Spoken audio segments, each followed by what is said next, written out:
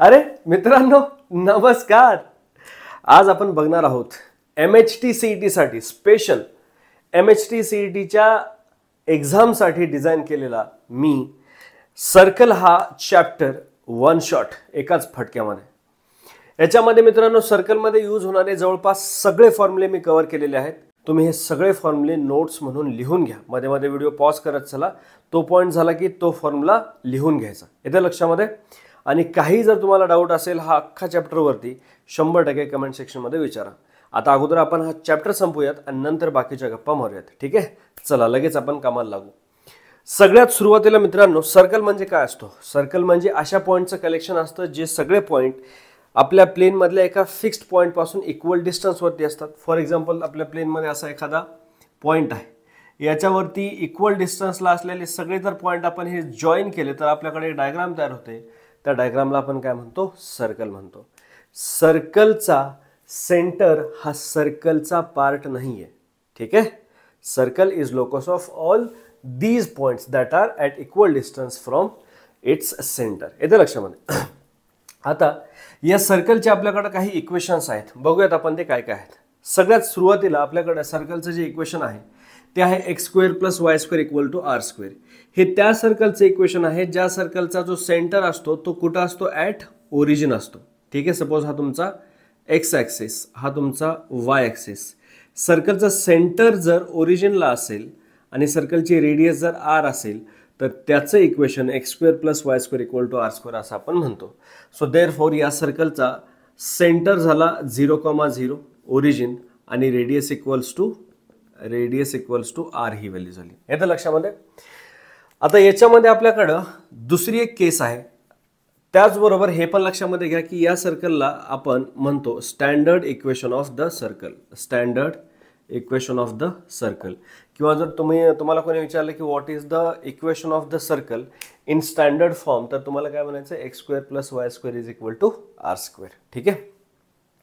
Next आपल्याकडे equation आहे x minus h whole square plus y minus k whole square is equal to r square.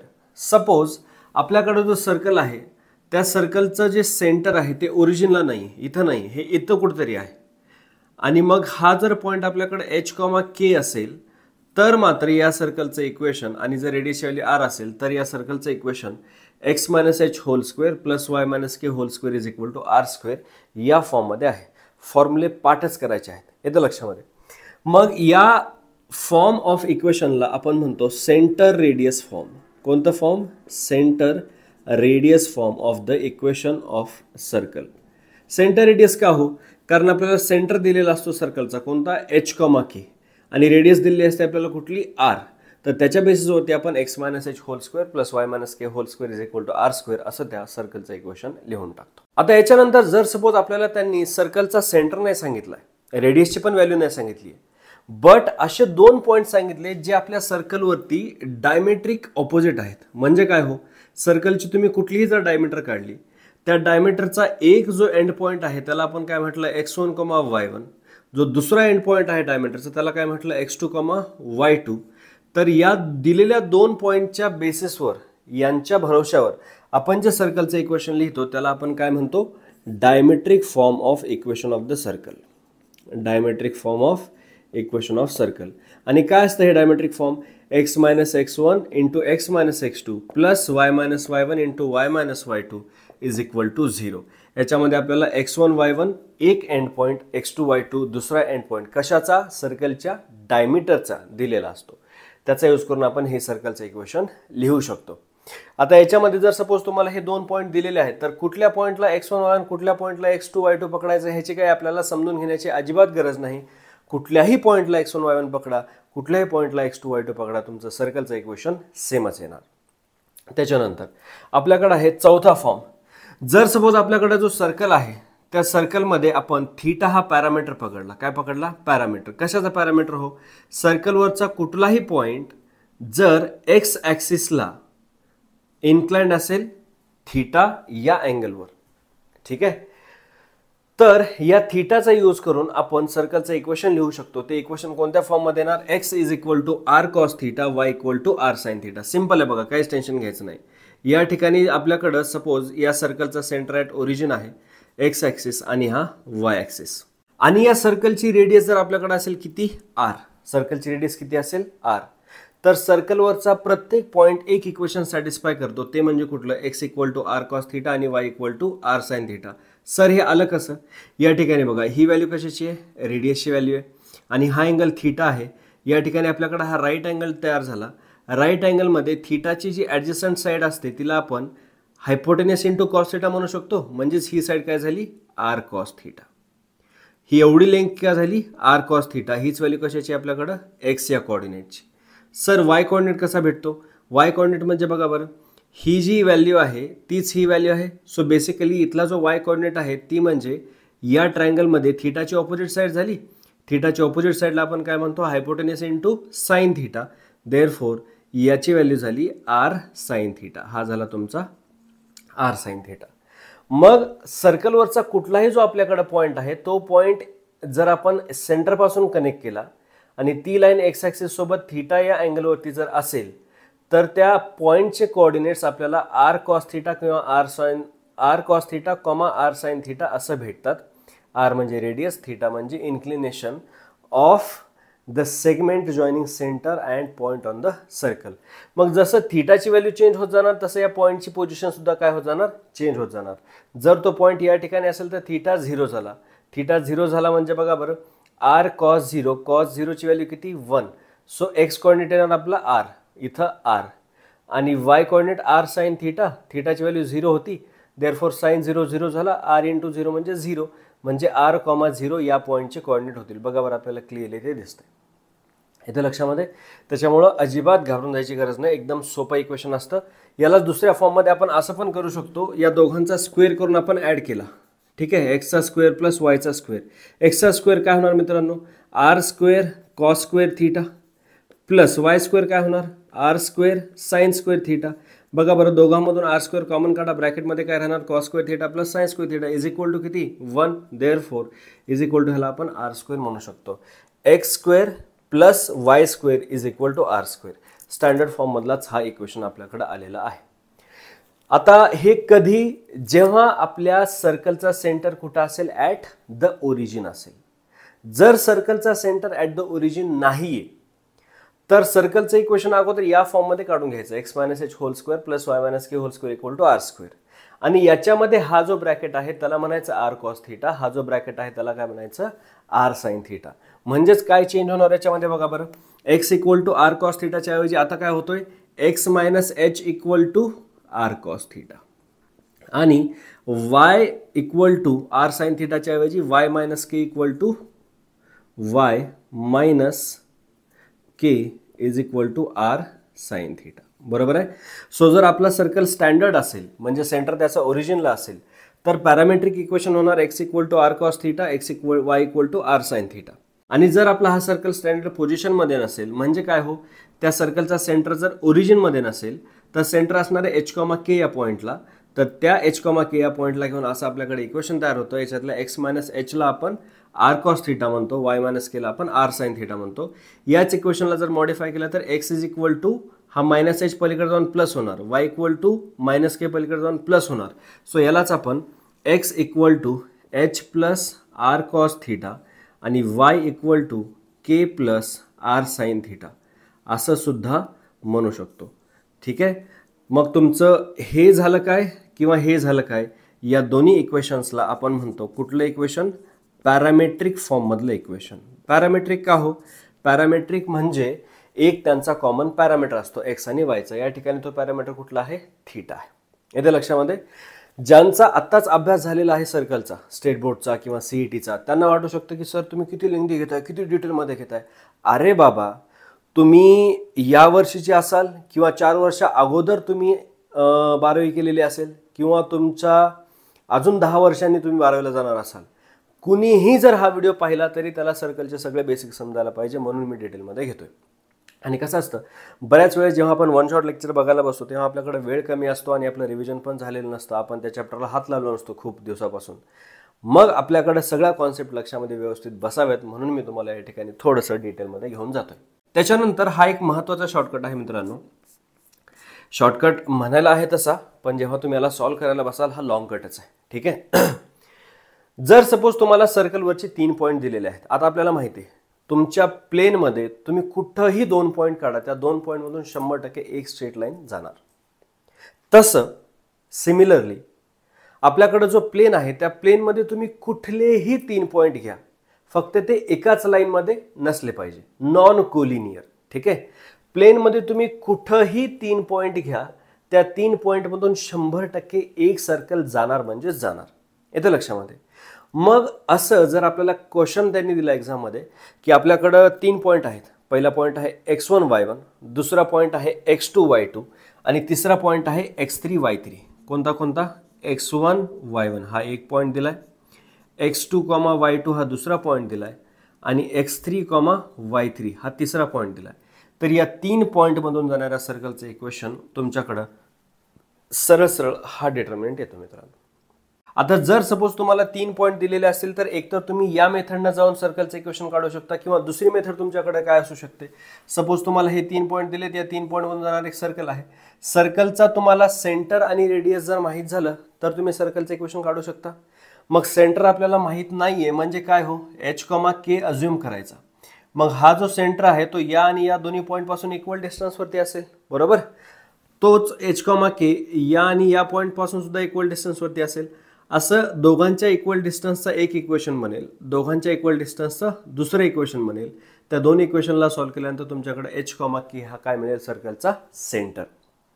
तो centre मिळाला की या centre पासून या पॉईंटचं डिस्टन्स काढा, युजिंग डिस्टन्स फॉर्म्युला तुम्हाला काय मिळेल, रेडियस. आता तुमच्याकडे सेंटर पण आहे, रेडियस पण आहे, दोन्हीचा यूज करून तुम्ही सेंटर रेडियस फॉर्ममध्ये सर्कलचं इक्वेशन 100% काढू शकता. जो जो पॉईंट कव्हर झाला त्या ठिकाणी व्हिडिओ पॉज करायचा आहे आणि तो फॉर्म्युला नोटबुकमध्ये लिहून घ्यायचा आहे. ह्या नोट्स जोपर्यंत तुम्ही बनवणार नाही तोपर्यंत तुमचा सर्कल स्ट्रॉंग होणार नाही.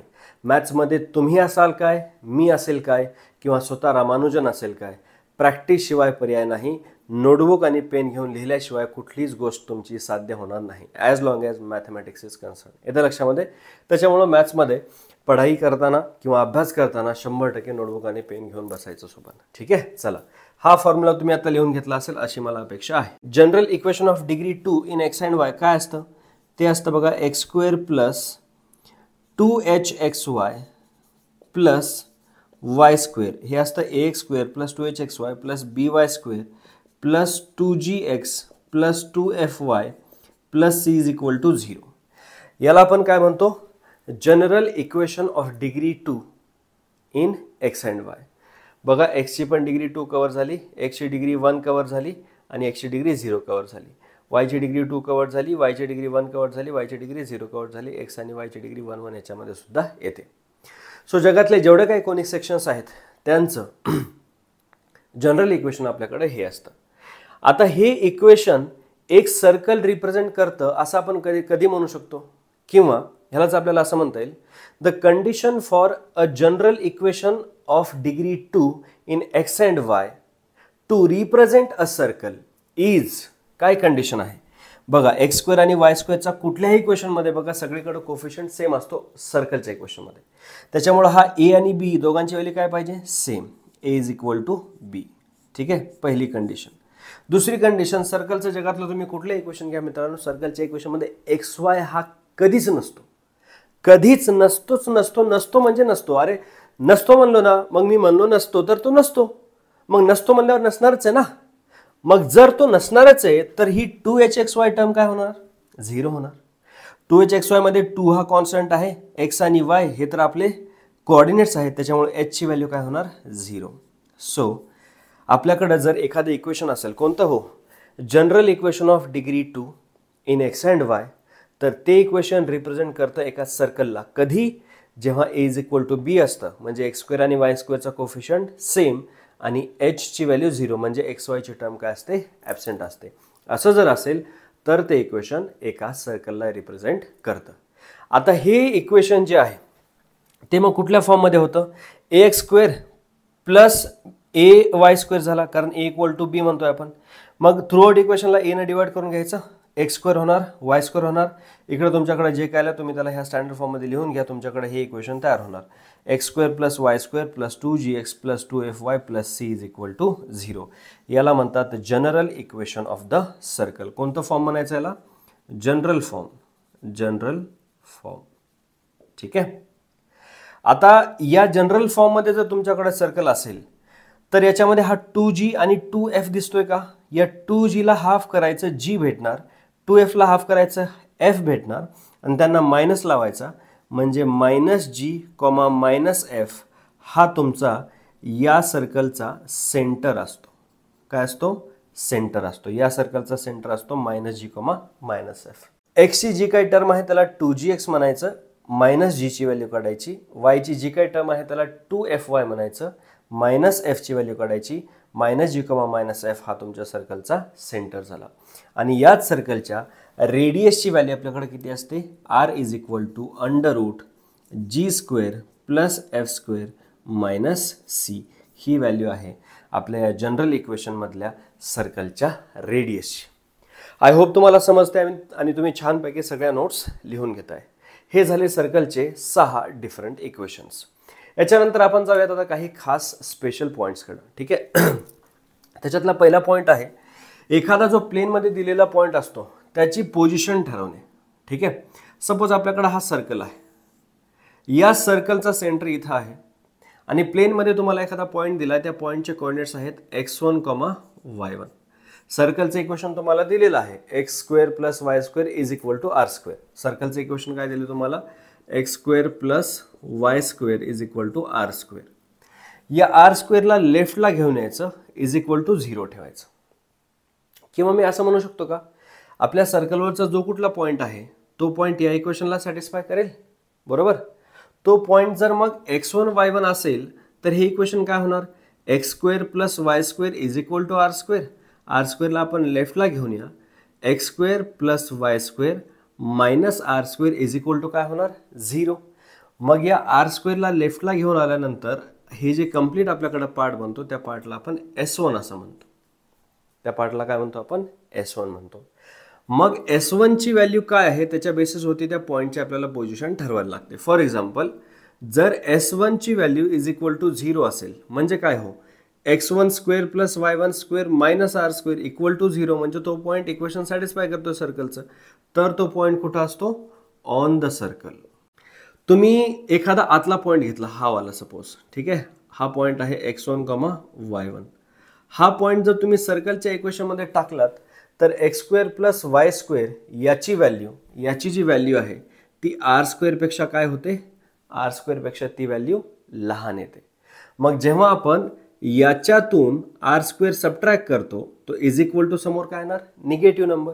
म्हणजे जेव्हा S1 ची व्हॅल्यू <0 असते तेव्हा तो जो पॉईंट असतो तो कुठं असतो? Inside the circle, not on the circle, inside the circle. ठीक आहे. आणि जर सपोज तुम्हाला पॉईंट दिलाय, रॅन्डम पॉईंट प्लेन मधला कुठलाही असेल, सपोज त्यालाच आपण काय म्हणूयात x1, y1, त्याला तुम्ही सर्कलच्या इक्वेशन मध्ये ठेवा. एक्सच्या ठिकाणी x1 ठेवणार, x1² होणार, वायच्या ठिकाणी y1 ठेवला तर y1² होणार. r² ला लेफ्टला घेऊन या म्हणजे x1² + y1² - r² याची व्हॅल्यू जर >0 असेल म्हणजेच काय हो? S1 = 0 तर तो जो पॉईंट असतो तो कुठं असतो? Outside the circle. Outside the circle. Simple आहे मित्रांनो.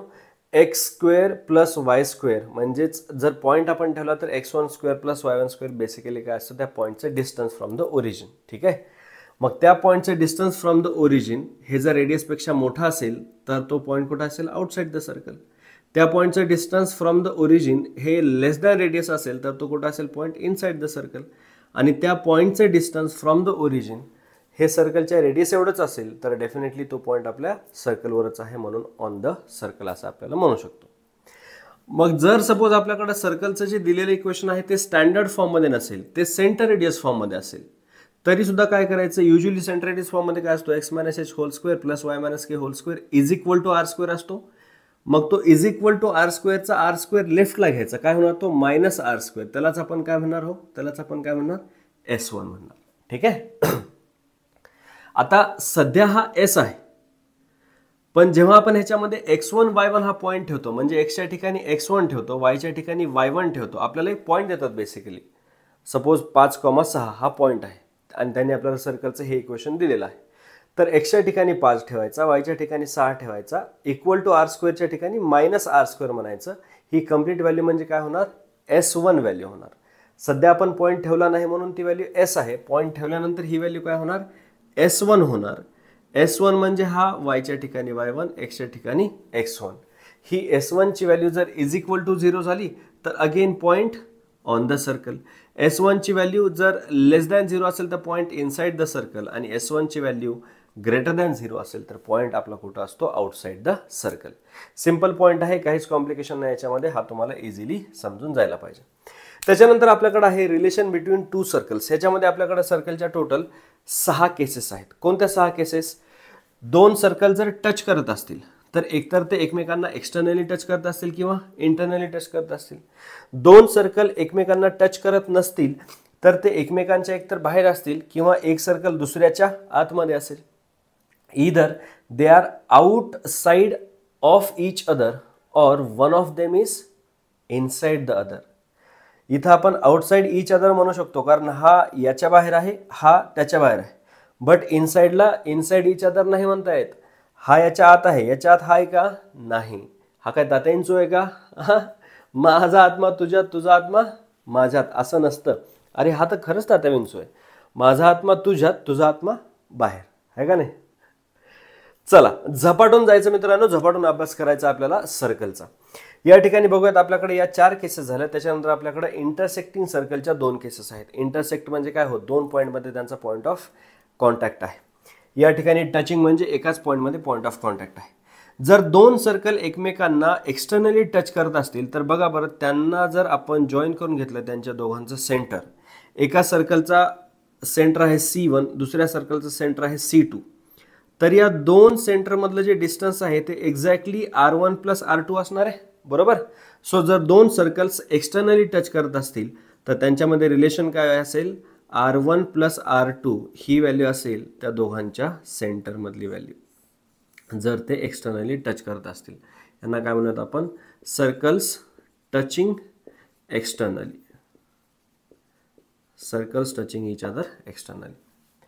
जर सर्कल एकमेकांना इंटरनली टचिंग करत असतील तर बघा या ठिकाणी हा छोट्या सर्कलचा सेंटर C1 आहे आणि छोट्या सर्कलची रेडियस R1 ही वाली. मोठ्या सर्कलची जी रेडियस आहे ती कंप्लीट एवढी R2 आणि मोठ्या सर्कलचा जो सेंटर आहे तो C2 आहे. तुम्ही कंप्लीट जर या डायग्रामकडे व्यवस्थित पाहिलं तर C1 C2 मधलं जे डिस्टन्स आहे हे R2 मायनस R1 एवढंच आहे, संपला विषय मग. So if 2 circles are touching each other internally, जर 2 सर्कल एकमेकांना इंटरनली टच करत असतील तर त्यांच्यामध्ये रिलेशन काय असणार, त्या दोघांच्या सेंटर्समधलं जे डिस्टन्स आहे ते इक्वल टू जी कुठली मोठी रेडियस आहे त्याच्यातून लहान रेडियस सबट्रॅक्ट करायची. हे झालं त्यांच्यातलं रिलेशन. त्याच्यानंतर आपल्याकडे तिसरी केस आहे. आता याच्यामध्ये बघा C1 आणि C2 या 2 पॉईंटमधलं जे डिस्टन्स आहे ते R1 प्लस R2 या ॲडिशनपेक्षा मोठं आहे, बरोबर. So if both the circles are outside each other, circles lying outside each other, असं जर असेल, ठीक आहे, तर मात्र त्या दोघांच्या सेंटरमधलं जे डिस्टन्स आहे C1 C2 हे जे डिस्टन्स आहे तर याची रेडियस प्लस याची रेडियस तर केली तर तेवढे होणार आहे का, नाही. सो हे जे डिस्टन्स आहे त्या दोघांच्या रेडियसच्या ॲडिशनपेक्षा काय असते, मोठं असते. ठीक आहे, कॉमन सेन्सचा पॉईंट आहे तरी सुद्धा लिहून ठेवायचा, लक्षामध्ये राहण्यासाठी कामाचा आहे. त्याच्यानंतर चौथी केस आहे, जर दोन्ही सर्कल मध्ये पॉईंट ऑफ कॉन्टॅक्ट नाही आहे बट एक सर्कल दुसऱ्याच्या आतमध्ये आहे, तर बघा जर आपण या दोघांची एक कॉमन जर लाईन काढली तर या दोघांच्या सेंटरमधलं जे डिस्टन्स आहे ते डिस्टन्स यांच्या डिफरन्सपेक्षा अजून जवळ येणार आहे. येतं लक्षामध्ये. इथं पहा, इथं जे काय आहे इंटरनली टचिंग करतात म्हणून काय आहे, या दोघांच्या मधलं जे डिस्टन्स आहे ते सरळ सरळ रेडियसचा डिफरन्स आहे. जर हा आतला सर्कल मी थोडासा अजून मध्ये सरकवला म्हणजे हे इथला पॉईंट ऑफ कॉन्टॅक्ट निघून जाईल, पण हा अजून जवळ सरकवल्यामुळं त्या दोघांमधलं जे डिस्टन्स आहे ते अजून कमी होईल. अजून कमी म्हणजे काय हो, R2 मायनस R1 पेक्षा अजून कमी होईल. याचाच अर्थ काय, if one circle is inside other circle, तर त्या दोघांच्या सेंटरमधलं जे डिस्टन्स आहे C1 C2 हे लेस दॅन त्यांचा डिफरन्स ऑफ रेडियस असणार आहे, एवढं मात्र लक्षामध्ये ठेवा. If one circle lies inside the other. ठीक आहे. पाचवी केस, जर आपल्याकडे दोन सर्कल एकमेकांना इंटरसेक्ट करत असतील. इंटरसेक्ट म्हणजे काय हो, पॉइंट ऑफ कॉन्टॅक्ट त्यांचे किती आहेत, 2 आहेत. जर तसं असेल तर व्यवस्थित बघा, जेव्हा हे एकमेकांना टच करत होते तेव्हा काय होतं हो, दोघांचं जे डिस्टन्स होतं सेंटरचं ते R1 + R2. बट आता हा जो सर्कल होता टचिंगला तो अजून दूरच्या पोझिशनला असेल टच करताना, आता इंटरसेक्ट करतोय म्हणजे मध्ये सरकला म्हणजे सेंटरचं डिस्टन्स काय झालंय, कमी झालंय. R1 + R2 ची व्हॅल्यू काय चेंज होणार आहे का, नाही. दोघांची रेडियस जेवढी होती तेवढीच आहे, त्याच्यामुळे R1 + R2 ची व्हॅल्यू सेमच राहणार आहे. सो जर हे दोन एकमेकांना टच करत नसतील, इंटरसेक्ट करत असतील, तर हा जो सर्कल आहे तो मध्ये आला म्हणजे सेंटरचं डिस्टन्स कमी झालं. अगोदर ते काय होतं, R1 R2 यांच्या ॲडिशन एवढं होतं. सो जर ते इंटरसेक्टिंग असतील तर C1 C2 हा जो डिस्टन्स आहे, जर हे टच करत असतील तर दोघांच्या रेडियसचं ॲडिशन, हे डिस्टन्स म्हणजे. बट आता हे टचपेक्षा जवळ आले म्हणजे दोघांच्या रेडियसच्या ॲडिशनपेक्षा डिस्टन्स कमी झालं. हे डिस्टन्स कमी झालं कशापेक्षा, R1 + R2 पेक्षा. जर हे इंटरनली टच करत असतील तर यांचं डिस्टन्स किती होणार, दोघांचा डिफरन्स. बट इंटरनली टच करत असताना पेक्षा हा सर्कल आपण बाहेर पाठवला म्हणजे डिस्टन्स काय झालं, वाढलं. म्हणजे काय हो, मोठी रेडियस कुठली आहे, मला R1 मोठी वाटते. सो मी काय म्हणणार, R1 - R2 याच्यापेक्षा हे डिस्टन्स काय असणार आहे, जास्त असणार आहे. So if two circles are intersecting, एका लाईनमध्ये सांगतो समजून जाईल, काही कन्फ्युजनचं कारण नाही. If two circles are intersecting, the distance between their centers C1 C2 is less than the addition of their radii and greater than the difference of their radii. याला काय म्हणूयात आपण, इंटरसेक्टिंग सर्कल्स. आता जर आपल्याकडे मित्रांनो हे इंटरसेक्टिंग सर्कल्स एकमेकांना जर परपेंडिक्युलर मध्ये इंटरसेक्ट करत असतील, सर्कल कुठं परपेंडिक्युलर मध्ये इंटरसेक्ट करू शकतात, परपेंडिक्युलर इंटरसेक्शन तर स्ट्रेट लाईनचं असतं की, मग असलं कसलं शिकवाल्या, असं नाही म्हणायचं मित्रांनो. इंटरसेक्टिंग परपेंडिक्युलरली म्हणजे काय, सर्कलचं जे इंटरसेक्शन आहे त्या इंटरसेक्शनचा अँगल कसा ठरतो माहिती आहे का, ज्या पॉइंट ऑफ इंटरसेक्शन, जो कुठला आपल्याकडे पॉइंट ऑफ इंटरसेक्शन आहे तिथं दोन्ही सर्कलला आपण काढतो टँजंट, आणि त्या दोन टँजंट मधला जो अँगल असतो तो अँगल म्हणजे त्या सर्कलच्या इंटरसेक्शनचा अँगल झाला. ठीक आहे. तसं जर सपोज मी या सर्कलला काढली ही टँजंट, या मोठ्या सर्कलला काढली ही टँजंट, आणि त्या दोन टँजंट जर एकमेकांना परपेंडिक्युलर असतील तर हे सर्कल एकमेकांना परपेंडिक्युलर मध्ये किंवा 90 डिग्रीमध्ये इंटरसेक्ट करतात असं आपण म्हणू शकतो. आणि जर असं असेल तर त्या दोन सर्कल्सला आपण म्हणतो ऑर्थोगोनल सर्कल्स, बिकॉज परपेंडिक्युलरला ऑर्थोगोनल हा शब्द आहे. So if two circles are intersecting each other orthogonally, तर आपल्याकडे एक कंडिशन आहे. कोणती कंडिशन आहे, एका सर्कलचं इक्वेशन समजा आहे x² + y² + 2g1x + 2f1y + c1 = 0. दुसऱ्या सर्कलचं इक्वेशन आपल्याकडे सपोज आहे x² + y² + 2g2x + 2f2y + c2 = 0. तर एक कंडिशन आहे. कुठली कंडिशन आहे, 2g1g2 + 2f1f2 = c1 + c2. ही आहे ऑर्थोगोनल सर्कल्सची कंडिशन. त्याच्यानंतर आपल्याकडे आहे सर्कल्स टचिंग द ॲक्सिस. आता जर सपोज एखादा सर्कल आपल्याकडे वाय ॲक्सिसला टच करतोय, वाय ॲक्सिसला टच करतोय म्हणजे हे जे डिस्टन्स आहे ते रेडियस झाली, हे जे डिस्टन्स आहे ते रेडियस झाली. हे डिस्टन्स याच्यातला कुठला कोऑर्डिनेट रिप्रेझेंट करतो, डिस्टन्स फ्रॉम वाय ॲक्सिस म्हणजे एक्स कोऑर्डिनेट असतो. सो बेसिकली रेडियसची व्हॅल्यू किती होणार, h एवढी. जर तो वाय ॲक्सिसला टच करतोय बट वाय ॲक्सिसच्या लेफ्टला असेल, बरोबर, तर तिथं रेडियसची व्हॅल्यू काय होणार, याचा एक्स कोऑर्डिनेट बट तो काय, मॉड्युलस. का बरं?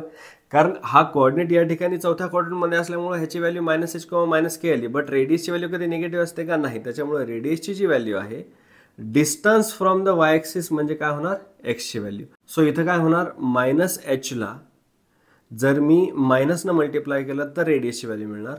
इथं एचची व्हॅल्यू म्हणजेच रेडियसची as it is value.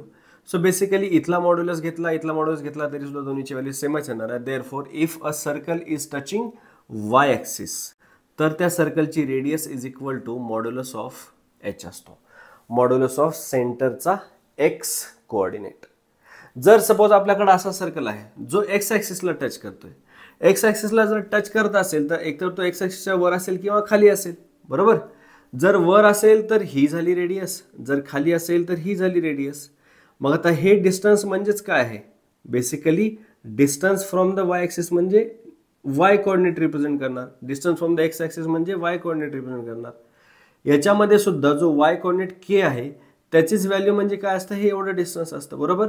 So इथं रेडियसची व्हॅल्यू इक्वल टू के आहे, इथं रेडियसची value equal to minus of minus k म्हणता येईल आपल्याला, बरोबर? सो बेसिकली या ठिकाणी के प्लस असला काय मायनस असला काय, के ची जी मॉड्युलस क्वांटिटी आहे ती आपली रेडियसची व्हॅल्यू असते. सो इफ आपला सर्कल जर एक्स ॲक्सिसला टच करत असेल, आपला सर्कल जर टचिंग कोणता ॲक्सिस? एक्स ॲक्सिसला टच करत असेल तर आपल्या सर्कलची radius is equal to modulus of k म्हणता येईल. ठीक आहे? हा सगळा पॉईंट एका लाईनमध्ये समराईज करतो बघा. समजता का? 100% समजणार. सर्कल कुठलाही असो, सर्कलचा सेंटर घ्या h, k. ठीक आहे? h, k जर सर्कलचा सेंटर असेल तर सर्कलच्या रेडियसची व्हॅल्यू आपल्याला डायरेक्टली काढता येते. जर सर्कल टच करतोय वाय ॲक्सिसला तर mod of h equal to radius. जर सर्कल टच करतोय एक्स ॲक्सिसला तर mod of k is equal to radius. Equation of tangent of a circle. For example आपल्याकडे सर्कलचं इक्वेशन दिलं x² + y² is equal to r². ठीक आहे? Example म्हणून मी एक इक्वेशन घेतो, x² + y² equal to 64. For example आपल्याला हे सर्कलचं इक्वेशन दिलं त्यांनी आणि म्हटलंय की या सर्कलवरती एक पॉईंट आहे. कुठला? तो पॉईंट 8,0 पॉईंट आहे. ठीक आहे? 8,0.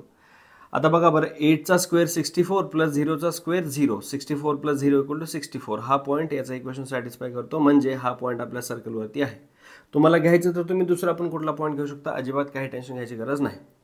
आता त्यांनी जर आपल्याला म्हटलंय की हे सर्कल आहे, हा सर्कलवरचा पॉईंट आहे, या पॉईंटमधून जाणाऱ्या सर्कलच्या टँजंटचं इक्वेशन काढा, तर सिम्पली एकच गोष्ट करायची आहे, x² ला रिप्लेस करायचं आहे x1 ने, म्हणजे एक x ठेवायचा, दुसऱ्या xच्या ठिकाणी x कोऑर्डिनेट ठेवायचा. y² ला रिप्लेस करायचं y1 ने, म्हणजे एक y ठेवून द्यायचा, दुसऱ्या yच्या ऐवजी y1 म्हणजे yचा कोऑर्डिनेट लिहायचा, इज इक्वल टू r². बाकी काही चेंज नाही, ॲज इट इज तुमचं इक्वेशन होऊन गेलेलं आहे मित्रांनो. ठीक आहे? सो या ठिकाणी आपल्याकडे x1 म्हणजे आहे 8, y1 म्हणजे आहे 0. सो या सर्कलला या पॉईंटमधून जाणाऱ्या टँजंटचं इक्वेशन काढायचं असेल तर मी काय करणार? x आहे x1 म्हणजे 8 इंटू x म्हणजे काय झाला? हा 8x प्लस 0 इंटू y म्हणजे 0 इज इक्वल टू काय झाला? हा 64. Therefore 8x equal to 64. ह्याला जर मी कॅन्सल केलं तर 8 8 = 64. ह्याला मी x इक्वल टू 8 ही जी स्ट्रेट लाईन आहे ती या सर्कलला 8,0 या पॉईंटमध्ये टँजंट आहे असं म्हणू शकतो. येतं लक्षामध्ये? जर आपल्याकडे सर्कलचं गिवन इक्वेशन स्टँडर्ड फॉर्ममध्ये नसेल, जनरल फॉर्ममध्ये असेल, तर काय करायचंय? सेमच करायचंय. एक पॉईंट दिलाय, कोणता पॉईंट? x1, y1. तर सिम्पली x² च्या ठिकाणी x1 लिहायचा, x1 म्हणजे हा कोऑर्डिनेट, y² च्या ठिकाणी y1 लिहायचं म्हणजे हा y कोऑर्डिनेट. 2gx मध्ये g ठेवा ॲज इट इज, 2x ला रिप्लेस करा x + x1 ने. 2fy मध्ये y ठेवा ॲज इट इज, 2y ला रिप्लेस करा y + y1 ने, प्लस c ला ॲज इट इज ठेवून द्या, इक्वल टू 0 सुद्धा ॲज इट इज ठेवून द्या. सो इथलं इक्वेशन काय होणार? x1 plus y1 plus g in bracket 2x च्या ऐवजी x + x1 plus f in bracket 2y च्या ऐवजी y + y1. ठीक आहे? Plus c equal to 0. हे झालं तुमच्या सर्कलच्या टँजंटचं इक्वेशन. त्याच्यानंतरचा पॉईंट खूप महत्त्वाचा आहे, तो आहे पेअर ऑफ टँजंट्स. आता हा सीईटीच्या सिलेबसमध्ये कधी इन्क्लूड होतो कधी होत नाही, बट झालाच तर आपण प्रिपेअर्ड राहावं म्हणून तुम्हाला या ठिकाणी मी लिहून देतोय. पेअर ऑफ टँजंट्स म्हणजे काय हो, जर सपोज आपल्याकडे एक सर्कल आहे, सर्कलच्या बाहेरचा एक पॉईंट आहे, सर्कलच्या बाहेर एक पॉईंट जर असेल तर त्या पॉईंटमधून नेहमी सर्कलला 2 टँजंट जातात. किती टँजंट जातात? 2 टँजंट जातात. हा पॉईंट आपल्याकडे जर सपोज असेल x1, y1 आणि सर्कलचं इक्वेशन आपल्याला दिलेलं आहे. सर्कलचं इक्वेशन त्याला आपण काय म्हणतो? एस म्हणतो. इथं आपण पाहिलं होतं, आहे का लक्षामध्ये तुमच्या? हे बघा, सर्कलच्या इक्वेशनमध्ये जर आपण x1, y1 ठेवला नाही, नुसता x आणि y ठेवला तर ते s झालं. आर स्क्वेअरला दुसरीकडे पाठवून द्यायचं. आणि जर आपण त्याच्या ठिकाणी पॉईंट ठेवला तर त्याला काय म्हणायचं? s1 म्हणायचं. तसंच या ठिकाणी t म्हणजे काय हो? t म्हणजे असतं टँजंट, s म्हणजे सर्कलचा लोकस असतो, बरोबर. सो आपल्याला पॉईंट दिलेला आहे x1, y1 आणि सर्कलचं इक्वेशन दिलेलं आहे. फॉर एक्झाम्पल सर्कलचं इक्वेशन त्यांनी दिलं आहे x² + y² = 25. हे सर्कलचं इक्वेशन दिलं आहे, ठीक आहे. तर त्याच्यामध्ये या ज्या 2 टँजंट आहेत, या 2 टँजंटचं कंबाईंड इक्वेशन काढण्यासाठी आपल्याकडे हा फॉर्म्युला आहे, s1 = t². आता s म्हणजे आपल्याला माहिती आहे की विदाउट पॉईंट ठेवता आर स्क्वेअरला इकडे पाठवायचं, म्हणजे काय होणार? हा बघा बरं, x² + y² - 25. फॉर्म्युल्यासाठी मी लिहायचं म्हटलं तर काय होणार? तो -r². हा झाला s. s1 काय होणार? x च्या ठिकाणी x1² + y² च्या ठिकाणी y1² -r² as it is. हा झाला s1 = टँजंटचा स्क्वेअर. टँजंटचं इक्वेशन काय आहे का लक्षामध्ये? बघा बरं, आपल्याकडे जर स्टँडर्ड फॉर्ममध्ये सर्कलचं इक्वेशन असेल तर टँजंट काय होती? हे बघा, x1 + y1, बरोबर आहे. मग या ठिकाणी टँजंटची आपल्याला व्हॅल्यू कशी लिहायची आहे? x1 + y1 होल स्क्वेअर, ही व्हॅल्यू लिहायची आपल्याला. येतं लक्षामध्ये? सो जर आपल्याकडं एक पॉईंट दिला x1, y1 जो सर्कलच्या बाहेर आहे, तर 100% इथून 2 टँजंट पास होतात सर्कलला, ठीक आहे. या 2 टँजंटचं कंबाईंड इक्वेशन म्हणजे पेअर ऑफ स्ट्रेट लाईन्सचं इक्वेशन आपल्याला फाइंड आउट करता येतं s1 = t² या फॉर्म्युल्याने. s म्हणजे x² + y² - r² as it is ठेवून द्या. s1 मध्ये हाच, पण x च्या ठिकाणी x1 ठेवून द्या, हा कोऑर्डिनेट. y² च्या ठिकाणी y1² घ्या, हा coordinate, -r² as it is ठेवून द्या, = टँजंटसाठी आपण x1 + y1 करतो, x1 + y1 दोघांचं ॲडिशन घ्या, त्याचा होल स्क्वेअर करून टाका, म्हणजे s1 = t². हे झालं तुमचं कंबाईंड इक्वेशन ऑफ 2 टँजंट्स. चला आता बघूया काही महत्त्वाचे आपल्याकडे पॉईंट्स, स्पेशल पॉईंट्स. जर सपोज आपल्याकडे त्यांनी सर्कलचं हे जनरल इक्वेशन दिलेलं आहे x² + y² + 2gx + 2fy + c = 0 आणि त्यांनी विचारले लेंथ ऑफ x इंटरसेप्ट. मला सांगा, जर सपोज आपल्याकडं हा कार्टेशियन ॲक्सिस आहे आणि सर्कल जर सपोज आपल्याकडं असा इंटरसेक्ट करतो x ॲक्सिसला, लेंथ ऑफ x इंटरसेप्ट म्हणजे काय? x ॲक्सिसला इंटरसेक्ट करून तयार झालेला हा जो सेगमेंट आहे त्याची length. Length of y intercept म्हणजे काय? जर सपोज आपल्याकडे असा सर्कल असेल तर y ॲक्सिसवरती हा जो सेगमेंट तयार झाला आहे त्याची लेंथ म्हणजे length of y intercept. So हे जर आपल्याकडे जनरल इक्वेशन असेल, आता मी हे फॉर्म्युले कसे येतात हे तुम्हाला एक्सप्लेन करू शकतो, बट व्हिडिओ खूप लांब होऊन जाईल. डायरेक्ट तुम्हाला फॉर्म्युला सांगतो. आपल्याकडे हे सर्कलचं जनरल इक्वेशन दिलं असेल तर लेंथ ऑफ x इंटरसेप्ट ही असते 2√g² - c. Length of y intercept असते 2√f² - c. ठीक आहे, पाठ करून ठेवा. शॉर्टकट आहे, फॉर्म्युला आहे, महत्त्वाची ट्रिक आहे. आणि जर सपोज हा सर्कल x ॲक्सिसला टच करतोय, x ॲक्सिसला टच करतोय म्हणजे काय हो? रेडियसची व्हॅल्यू या सर्कलच्या सेंटरच्या y कोऑर्डिनेट एवढी असेल. बघा ना, डिस्टन्स फ्रॉम x ॲक्सिस म्हणजे त्या सेंटरचा जो y कोऑर्डिनेट असेल तो आणि रेडियस दोघांची व्हॅल्यू सेम असेल. इथं आपल्याला काय माहिती होतं, याची रेडियसची व्हॅल्यू काय होती? बघा इथं आहे का लक्षामध्ये? √g² + f² - c. म्हणजे बेसिकली या सर्कलचा जी रेडियसची व्हॅल्यू आहे ती काय झाली हो? g² + f² - c √. हीच व्हॅल्यू कशाची आहे? रेडियसची आहे. दोन्ही साईडला जर आपण स्क्वेअर केला आणि या सर्कलचा सेंटर काय असतो? g, -g, -f. आता या ठिकाणी y कोऑर्डिनेट म्हणजे काय झाला? -f म्हणजे हा राईटला काय होणार, मायनस एफचा मॉड होणार, बरोबर. दोन्ही साईडला स्क्वेअर केला तर हा रूट निघून जातो, हा मॉड एफचा स्क्वेअर होऊन हा एफ स्क्वेअर होतो, एफ स्क्वेअर आणि एफ स्क्वेअर कॅन्सल होतो, g square minus c is equal to 0 होतो. त्या कंडिशनला आपण काय म्हणतो, g square equal to c म्हणतो. सो आपल्याकडे हे जर सर्कलचं जनरल इक्वेशन आहे आणि तो सर्कल एक्स ॲक्सिसला टच करतोय, तर इथल्या जीचा स्क्वेअर केल्यानंतर ही व्हॅल्यू सी सोबत येते, म्हणजे कंडिशन काय झाली, जी स्क्वेअर इक्वल टू सी. जर हे सर्कलचं जनरल इक्वेशन आहे आपल्याकडं आणि तो सर्कल जर वाय ॲक्सिसला टच करतोय, तर त्या ठिकाणी कंडिशन आहे f square equal to c. जर तो सर्कल दोन्ही ॲक्सिसला टच करतोय, म्हणजे जी स्क्वेअर इक्वल टू पण सी झाला, एफ स्क्वेअर इक्वल टू पण सी झाला, म्हणजे बेसिकली जी स्क्वेअर आणि एफ स्क्वेअर हे पण सेम झाले. मग त्या ठिकाणी कंडिशन काय होणार, g square equal to f square equal to c. I hope तुम्हाला दिसतंय, हे मी खूप खालच्या पार्टमध्ये लिहिलेलं आहे बोर्डच्या. ठीक आहे. तर मित्रांनो, हे होतं आपल्या कंप्लीट सर्कलचं रिव्हिजन. आता एखाद्याच्या मनामध्ये प्रश्न येऊ शकतो, सर तुम्ही फॉर्म्युले तर सगळे घेतले बट एक्झाम्पल घेतलेच नाही, त्याच्यामुळे आम्हाला अजून ते सॉलिड समजणार कसं. आता हा चॅप्टर अपलोड केल्यानंतर मी लगेच सर्कल या चॅप्टरचे MHTCETच्या एक्झाममध्ये आलेले प्रिव्हियस इयर क्वेश्चन्स सॉल्व्ह करून टाकणार आहे. 5-5 क्वेश्चन्स एकेका एपिसोडमध्ये तुम्ही जेवायला बसून बघू शकता, सोबत पॅरलली बिग बॉस किंवा फालतू बाकीच्या दुसऱ्या गोष्टी बघण्याच्या ऐवजी, रील्स बघण्याच्या ऐवजी तुम्ही क्लासला जाताना बघू शकता, क्लासवरून येताना बघू शकता, खाताना पिताना तुम्ही काही पण करताना हा एपिसोड बघू शकता. तुमचे 5 क्वेश्चन असे प्रिव्हियस इयर क्वेश्चन कव्हर होत राहतील. सो हा एपिसोड झाल्यानंतर लगेच मी सर्कलच्या प्रिव्हियस इयर क्वेश्चन्सचे व्हिडिओ अपलोड करणार आहे. याच्यामध्ये तुम्हाला काही जर डाऊट असेल तर 100% कमेंट सेक्शनमध्ये मला प्रश्न विचारा. आपल्या चॅनलवरती हजारो कमेंट येतात, मी सगळ्यांना रिप्लाय करतो, तुम्हाला सुद्धा 100% करणार. थँक्यू सो मच व्हिडिओ इथंपर्यंत पाहिल्याबद्दल. फक्त तुम्हाला आता 3 गोष्टी करायच्या आहेत. नंबर 1, चॅनलला सबस्क्राईब करा, सो दॅट मला मोटिवेशन मिळत राहील, मी जास्त विद्यार्थ्यांपर्यंत पोहोचेल आणि जास्त लोकांचं भलं होईल.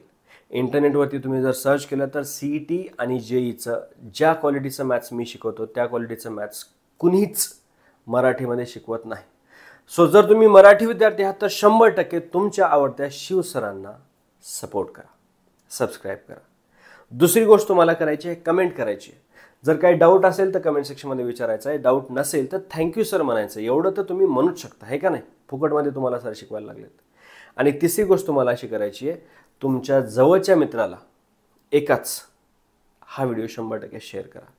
म्हणजे तुमचा आणि त्याचा जर स्कोअर जवळपास आला तर दोघांनाही सेमच कॉलेज भेटू शकतं.